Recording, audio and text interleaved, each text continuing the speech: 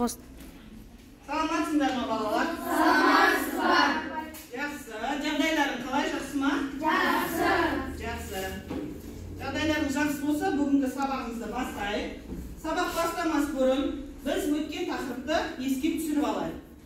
Біз қай ақын жазушыны өтіп жатырмыз? Жақсы, Сайын Барымбет. Қай әңгімесі? Жусан иісі. Яғни біз 3-4 сабақ бойы сол жусан иісін өтіп жатырмыз. Бүгінгі өтетін соңғы тақырыбымыз соғыс ұрлаған балалық шақ. Тақта көрініп тұр ғой сендерге, иә? Көрініп тұр ма? Жақсы, жарайсыңдар. Енді Сайын Мұратбековті еске түсірейік. Жусан иісі не туралы еді өзі? Кім айтады? Жусан иісі Жетім бала туралы Аян. Аян деген жетім бала туралы. Не үшін жусан иісі деп алып отыр? Кім айтады? Жусан дегеніміз не? Жусан дегеніміз не? Кім айтады? Жусан дегеніміз не? Жусан деген білмейміз ба сонда? Айтшы, сен айт. Жусан дегеніміз тек Қазақстанда өсетін кейбір шөптің бірі десек те болады. Оның 16 сантиметр ұзындығы. Жақсы, жарайсыңдар. Енді жусан дегеніміз тек қана Қазақстанда өсетін, сол қазаққа тән иісі бар, туған жерді білдіретін шөптің бір түрі екен. Сол себепті әңгіменің атын жусан иісі деп отыр. Яғни Аян деген жетім бала туралы. Ол туа бітті жетім беді? Кім айтады? Туа бітті жетім беді, жетім кейіндіктен болды ма? Аяу. Ол басында оның анасы болған, ал әкесі соғысқа барды. Сосын ол өзінің әжесін алды. Жақсы. Туа бітті жетім емес еді. Енді шығарма қалай басталады? Кім айтады? Аянның қандай бір күстігі бар еді? Аян өзінің аяғын ақсақ басар еді. Иә. Ол Аянның аяғы бұрыннан туылғаннан ақсақ еді?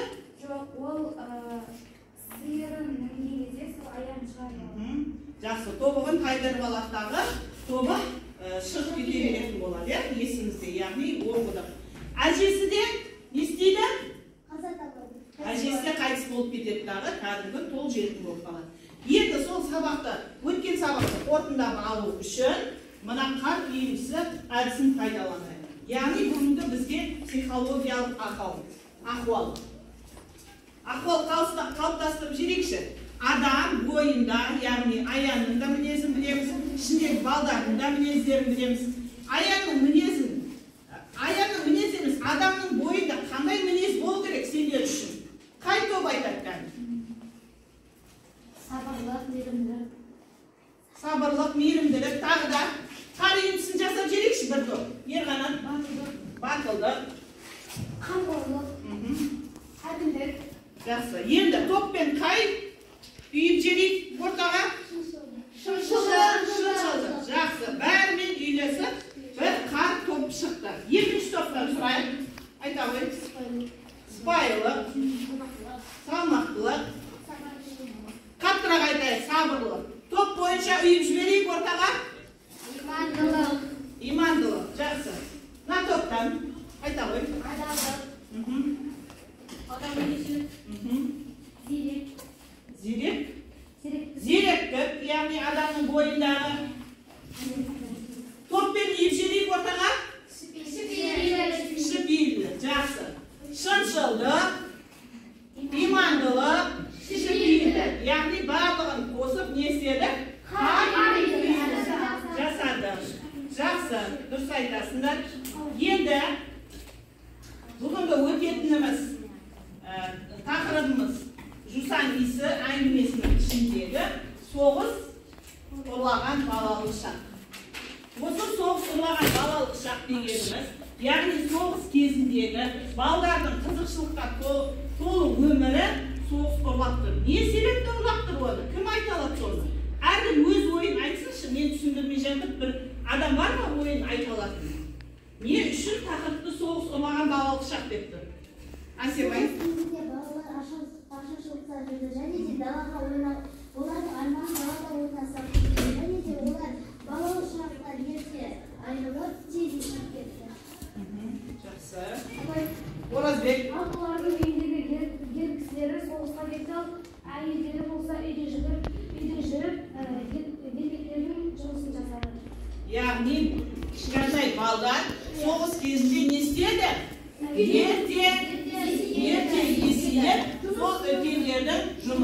жасады, иә?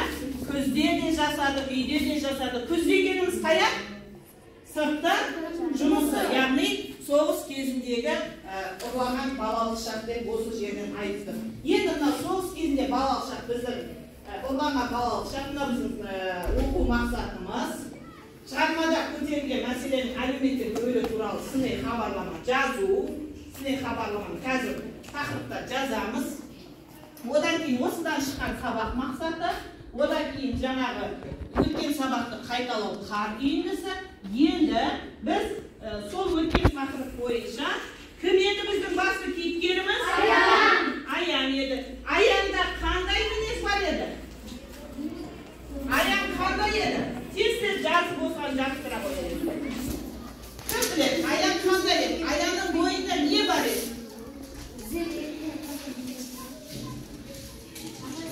Алдымыздағы стикерге жазайықтар, келіп жабыстырып кетеді. Келе ғой. Көптілер келе берді. Бір-бірімізбен соғысып қалмайық. Тақтаға жабыстыра берейік. Қағазға емес, міндетті түрде. Тақтаға жабыстыра береміз.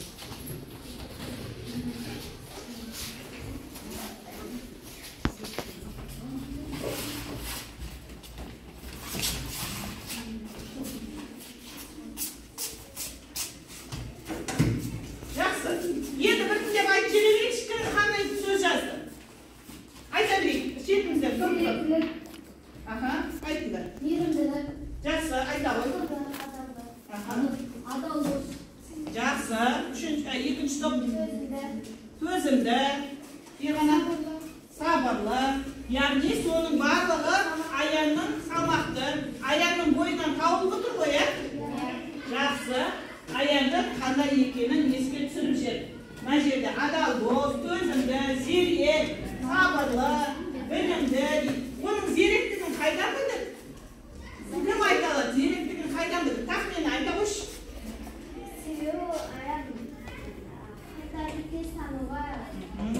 Tez tanıması geldi, және де ол бір күнде өзінің ойына реттеп қоя алады. Жақсы. Яғни күнделікті ертегі ойлап тауып отыратын еді. Сол себепті оның зеректік екенін білетін еді. Балғас айта қойшы, оның ертегілер неде басталушы еді? Баяғыда бір жетім бала деп басталады. Баяғыда бір жетім бала болыпты деп. Не үшін олай айтатын еді? Өйткені оның әкесі соғыста қайтыс болды, анасы болса уайымдап қайтыс болды. Жақсы. Өзі жетім болғандықтан сол себепті не болды? Бір баяғыда жетім бала болды деп түсіндіреді. Енді одан кейін мына жерде мағынаны тану бар. Яғни конверттегі сұрақ. Конверттегі сұрағыңызды қазір мен тарқатып шығамын әр топқа. Топ бойынша 6 сұрақ құрастырдым. Әр топқа 2 сұрақтан.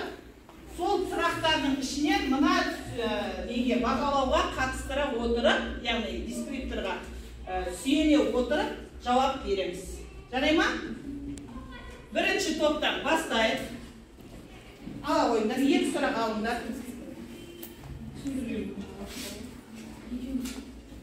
Келесі топқа бере қояйық. Бірінші, екінші сұрақ.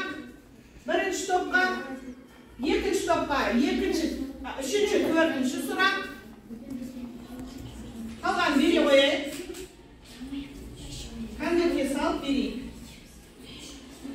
Тездетеміз қыздар.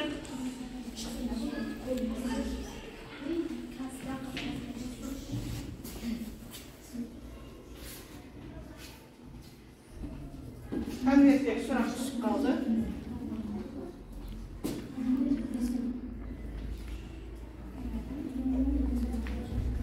Мына конверттегі сұрақтың соңғысы сендерге. 5-ші, 6-шы сұрақ. 1, 2, 3, 4, 5, 6. Яғни 6 сұрақ бар. 6 сұраққа жауап дайындаймыз. 2-3 минут уақыт бар. Дайындалып алайық. Сосын қай топ дайын жауап бере қояйық. Топпен ақылдасып жауап берейік.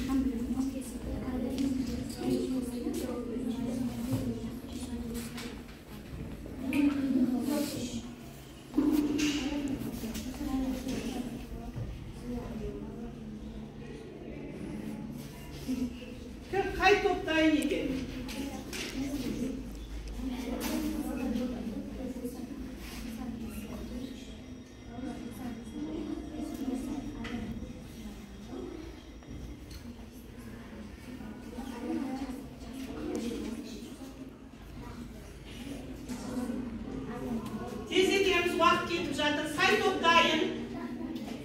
Дайын топ айта қойсын. Сұрақтарына жауап бере қойсын.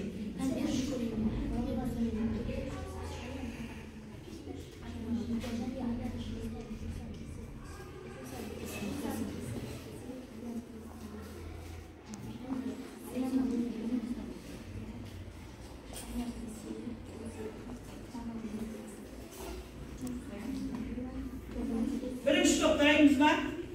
Дайын болсақ, қолымыз көтеріп жауап бере қояйық. Кім дайын тағы да? Уақыт кетіп бара жатыр, болыңдар. Кім жауап береді? Айта қойып, Динара. Аянның тағдыры қалай болды деп ойлайсыңдар? Аянның тағдыры менің ойымша жаман болды. Себебі ол жақындарынан ерте айырылып, жалғыз өзі жетім болып қалды. Яғни өте аянышты, өздерінің қатарлы балдардың өте аянышты тағдыры есебінде жазылған. Екінші сұрағымызға дайынбыз ба? Балғаз айта қой. Аян оның жетінде үйіне барып Сұрағымызды оқи қой бірінші. Шығарманың Жусан исі деп аталу себебі түсіндірілген. Ауылдағы Жусан жұртты алып, етінің үйінде отырғанда, ауылдың аңшыларында Жусан исі оған Яғни Жусан жаңа айттық дейсі, қышқылтым, өте ащы мұрынға келетін, еске түсіретін, ауыл жерді еске түсіретін шөп болғандықтан шығарманың атын Жусан исі деп алып отыр екен. Жақсы, толық жауап бере алмай жатырмыз. Қай топ дайын? Үшінші топ дайынбыз ба? Әсемай. Оразбек. Иә, сұрағым. Аяқталуы туралы ойлармен бөлісіңдер. Аян есейіп ауылына барып сағынышын басады. Жақсы. Ол сенің өзіңнің ойың, иә? Ал кітап бойынша қалай аяқталды әңгіме? Кітап бойынша.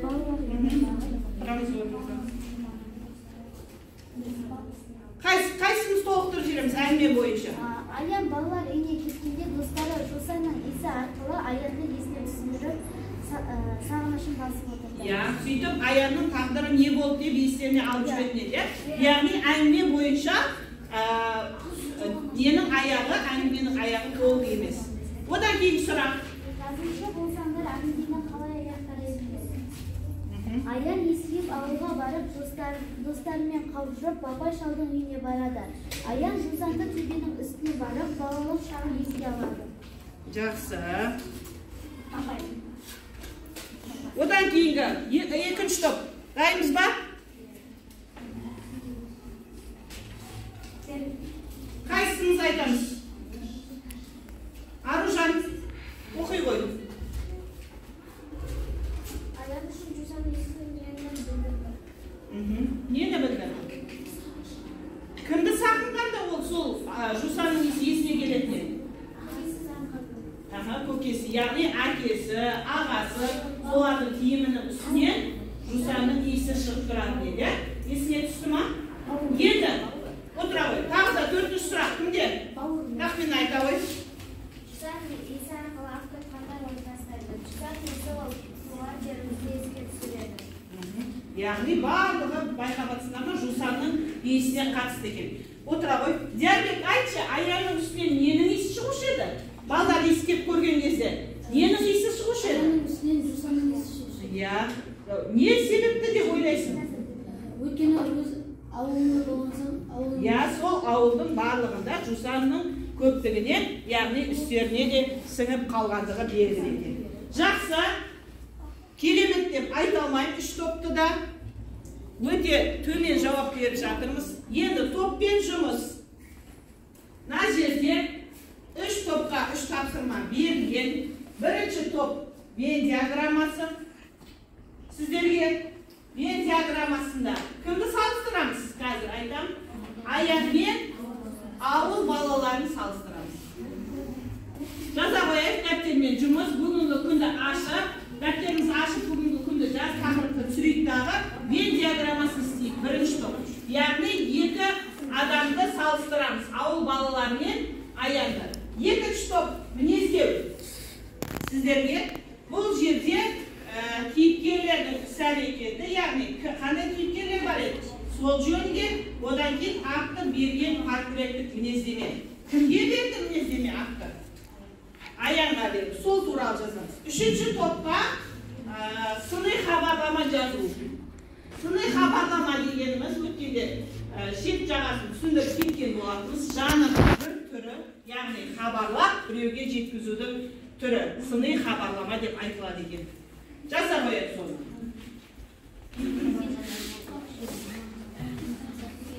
Яғни жусан иісінде көтерілген әлеуметтік мәселе. Қандай мәселе көтерілді жусан иісінде? Сол бойынша жазамыз.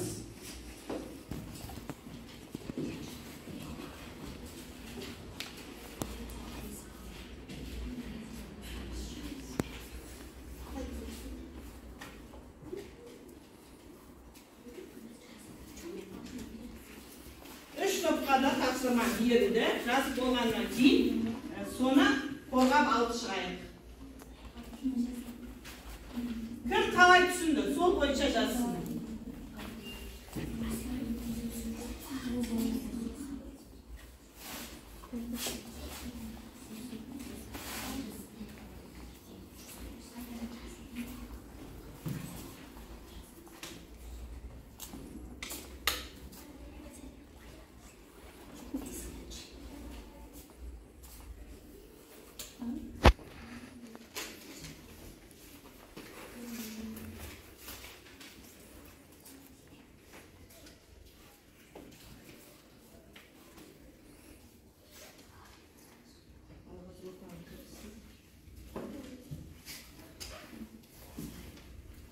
Не жатырмыз? Істей алатынбыз ба?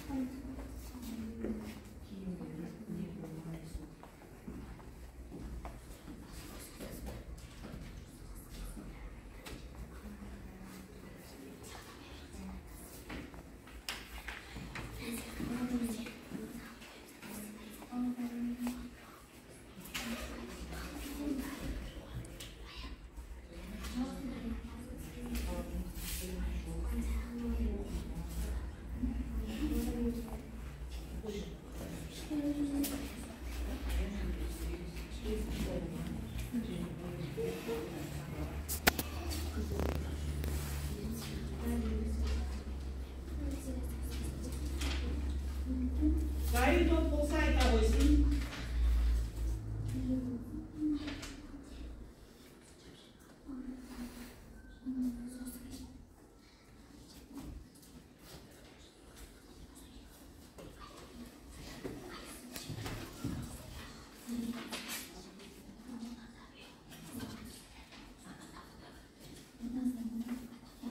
Gayrimiz var mı?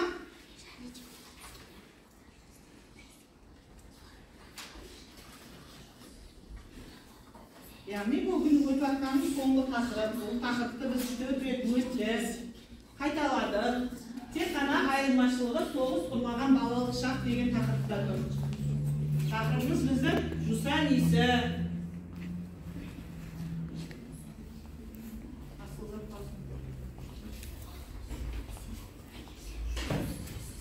Дайынбыз ба? Қай топтайын? Бірінші топтайынбыз ба?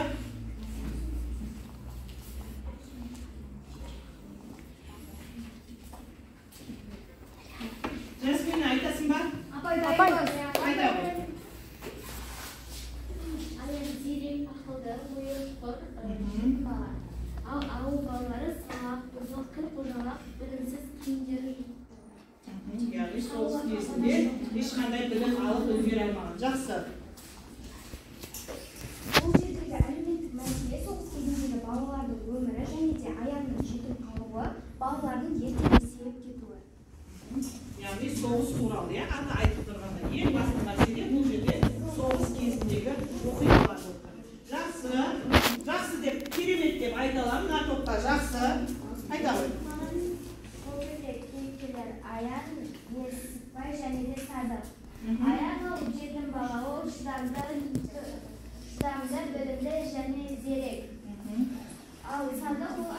болды.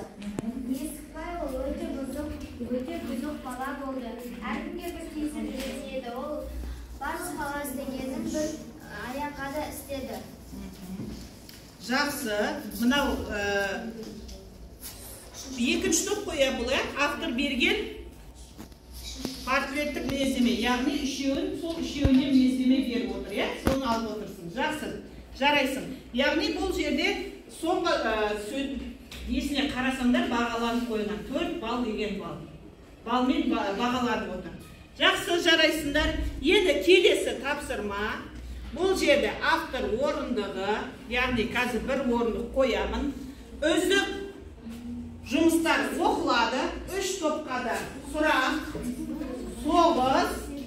Соғыс ұрлаған балалық шақ дегенді кім қалай түсінді? Топ бойынша жұмыс жасап, 3 топтан бір оқушы қорғап шықсын. Осы тақырып бойынша. 4-5 сөйлеммен нақты дерек келтіреміз. Ода да бағасы бар, балы бар астында. Мына сөздерге бағына отырып сөйлеміз жазыңыз. Яғни мәтін бойынша ойларын тұжырымдай алады. Мәтініміз қайсы біздің? Соғыс ұрлаған балалық шақ. Одан кейін мәтін бойынша талдай алады. Яғни соны жазғанымыз талдай аламыз. Одан кейінісі повест бойынша қорытынды жасай алады. Яғни бүгін біз әңгімені повесті қорытып жатырмыз. Сол бойынша. Ал бастайық. 3 топ осы тақырыпты қалай түсінгенін қорғап шыға қойсын.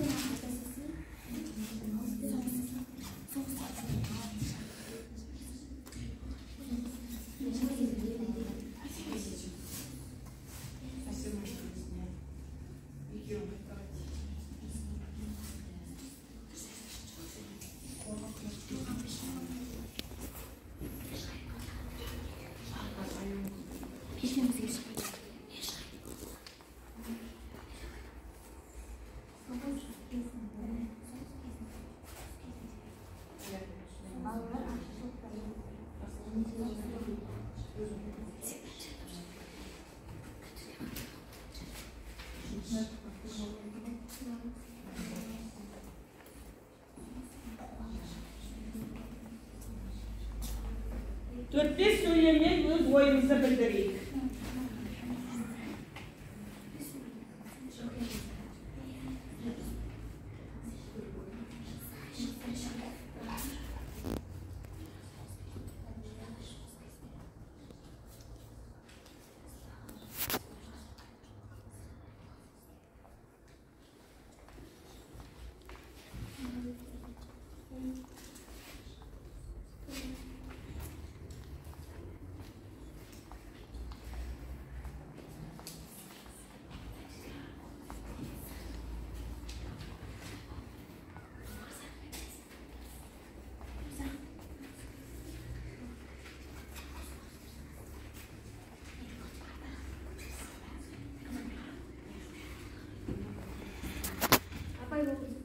Жақсы, 3-ші топ болды.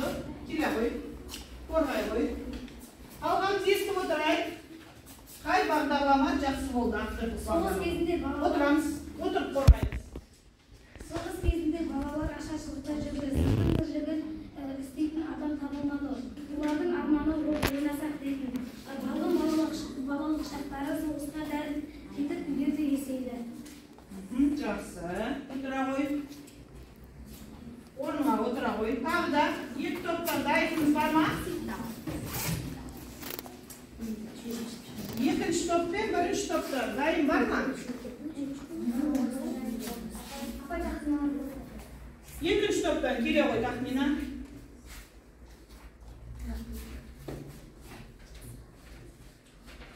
Балалар ерте есейіп кетті. Себебі олар үйдің барлық жұмыстарын істейтін еді. Себебі жасы жеткендерді әке ағаларын әскерге жұмысқа алып кететін еді. Сондықтан барлық жұмыс әйелдерге және де балаларға қалатын еді. Сондықтан балалар тез есейіп кетті. Олар үшін балаға шақтар ойнап арман болады. Жақсы, жарайсың. Отыра қой. Орныңа. 1-ші топ дайын болдық па? Келе қояйын.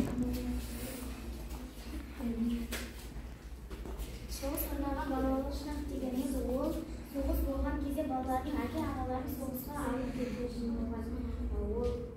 Ол балалар ертең есейіп, балаларға ойнау арман болады. Ал ата-аналарға олардың үйінде сыртында өзгелерге тілектерін ісін.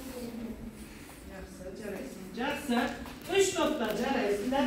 Bir мәтінде 3 балдар берілді 3 топқа да. Енді бұл жерде балалардың армансыз ойнай алмай кеткен уақытысы.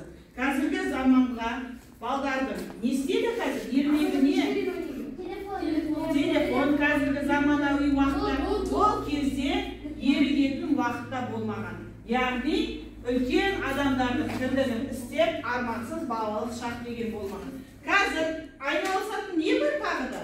Сыртқа шыққанда, қазіргі заманда, дұрыс айтасың, доп ойнап, қыдыру, жан-жақтағы кинотеатрларға бару, ал ол кезде ондай ештеңе болмаған. Болған күннің өзінде де ондайға баруға оларда не болмады? Уақыт болған жоқ, және де мүмкіндік болған жоқ. Жақсы, бұл тапсырманы да осылай аяқтаймыз. Енді біз сабақты қорытындылау үшін 5 бармақ әдісін қолданамыз. Яғни 5 саусақ әдісі. Қазір 3 топқа 3 парақ беріледі. Bir оқушының саусағы сызылады. Сызыламаймыз. Міне. 3 топ 3 оқушының бармағын сызады. Сөйтеміз дағы. Тыңдап алайық. Бірінші тапсырма. Басты мәселе, бүгінгі сабақтың тақырыбындағы басты мәселе не туралы? Ол неге жазылады? Бас бармаққа жазылады. Екінші, бірлесу. Мен топта қалай жұмыс жасадым? Топта кім жақсы жұмыс жасады? Осы бала терекке жазылады. Енді ортан терекке ойлау. Мен бүгін қандай білім алдым? Осы сабақ бойынша. Ортан терекке сол. Одан кейін шылдыр шүмекке шынайылық сабақ ұнады ма сендерге? Неліктен ұнады? Одан кейінгі кішкентай бөбекке көңіл күй ахуалы. Мен сабақты өзімді қалай ұстадым? Көңіл күйін қалай болды? Сол бойынша. Ал бастаймыз. 5 минут уақыт беріледі.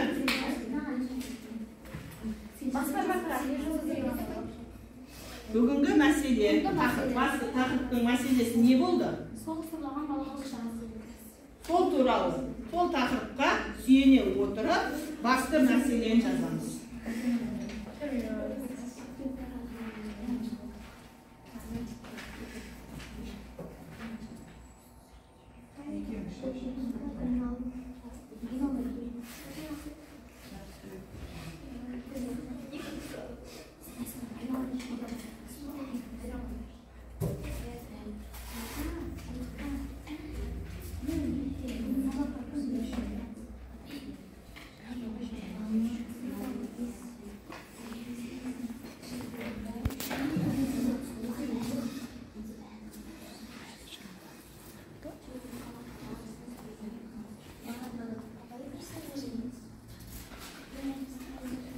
Екінші, бірлесумен топта қалай жұмыс жасадым? Кімге көмектестім? Топта кім жақсы жұмыс жасады? Соны жазып қоямыз.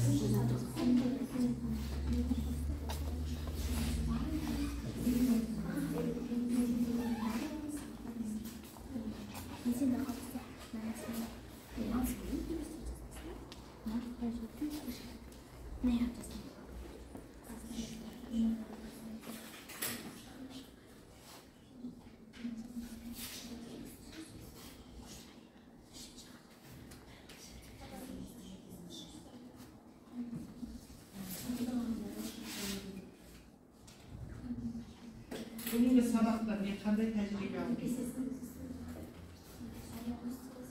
Ойлау, мен бүгін қандай білім мен тәжірибе алдым? Есеуіне әрқайсың ойларын жазып бере беріңіз, ол бойынша міндеттелеміз.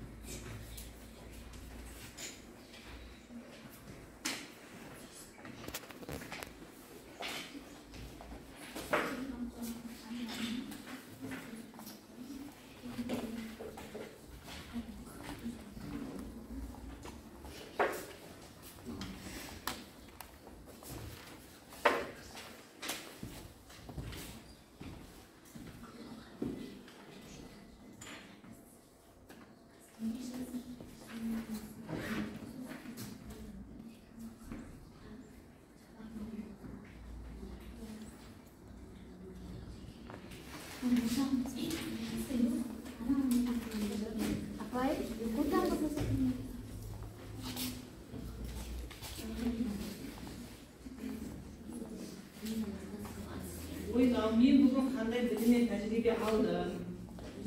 Төртіншіге, шынайылық. Сабақ мазмұны ұнады ма? Сабақ маған ұнады ма? Неліктен? Бесінші, мен сабақта өзімді қалайша сезіндім. Яғни мынау тұрған кері байланыс. Сендердің істеп отқандарың мынау. Мынандай түрі де бар бұның.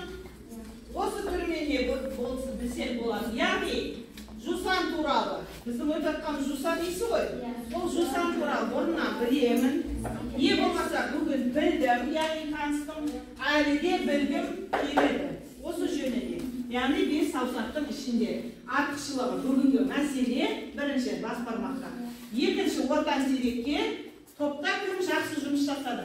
Қалған үшеуі мына үшеуіне келеді. Бес саусақты істеп болғаннан кейін стикер бойынша мынаның қайсысы сендерге жақсы болды бүгін? Сол жөнінде жазып кетсеңдер болады. Қай болсын.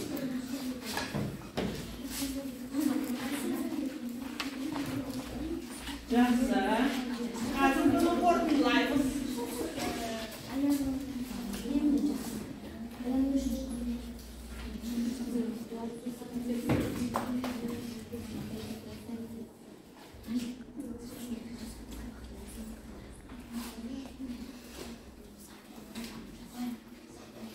Бүгінгі сабақ түсінікті болды ма? Ол бойынша істеп кетсек болады. Жусан несі туралы, аян туралы және соғыс туралы.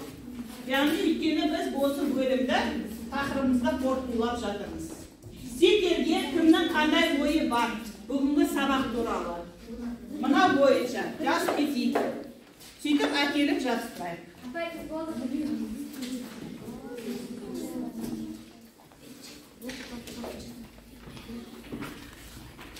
Жақсы. Екінші топ қалды ма енді?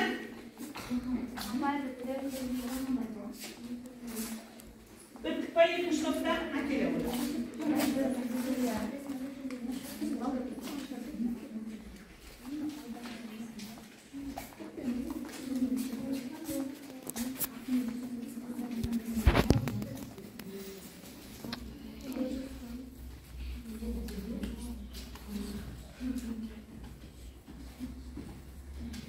енді біздің тақырып бойынша жаздық па? Мына бойынша жазып іліп жіберейікші. Сосын сабақты қорытындылап жіберейік.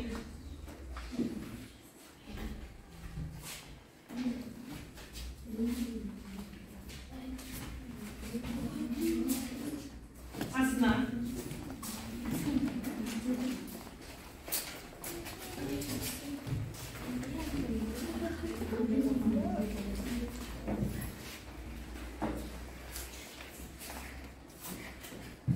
Жақсы, тағы да.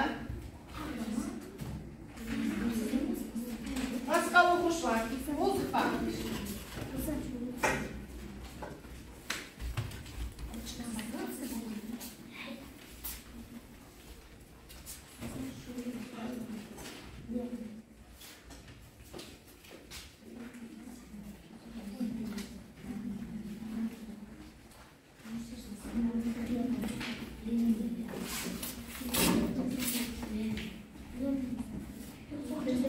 Жақсы, жаңа айтып кеткендей, автордың портретіндегі үш кейіпкердің бар еді ғой. Кім еді? Ол. Ауыл балаларының ішінде кім? Аян. Яғни басты кейіпкеріміз Аян, Есбай, Садық. Сол үш балаға мінездеме бере алатын адам бар ма? Өз ойларынан. Сендер үшін қандай мінездеме бере аласыңдар? Айтсам ай. Аян өте ақылды, зерек, білімді бала. Ал Садық болса, ол балалардың өзі басқарып жүретін, балаларды қорғап жүретін бала. Есікбай болса, бұзықшылық жасайтын, әркімге тиісіп жүретін бұзық бала. Жақсы, дұрыс айтасың. Тағы да бар ма өз ойларын айтатындар? Сол бұзық балалар соңында Аян кеткенде не істеді? Бұзықшылықтарын жалғастырып жүре берді ма? Аянның кеткеніне қуанды ма балалар? Кім айтады соны? Оразбек, айта қойшы. Олар Аянның кеткеніне қуанған жоқ. Бүгінгі Аянның кеткеніне тағы да тахмина. Аян жетім балалар үйіне бара жатқан кезде Есікбай оны біраз жерге шейін шығарып тастады. Шығарып салды. Тастады емес. Апайдан айтайын. Апай. Асем айта ғой. Меніңше аян балалар үйіне кеткеннен кейін балалардың ешқайсысы ойнағысы келген жоқ. Бәрі үйлеріне қайтып кетті.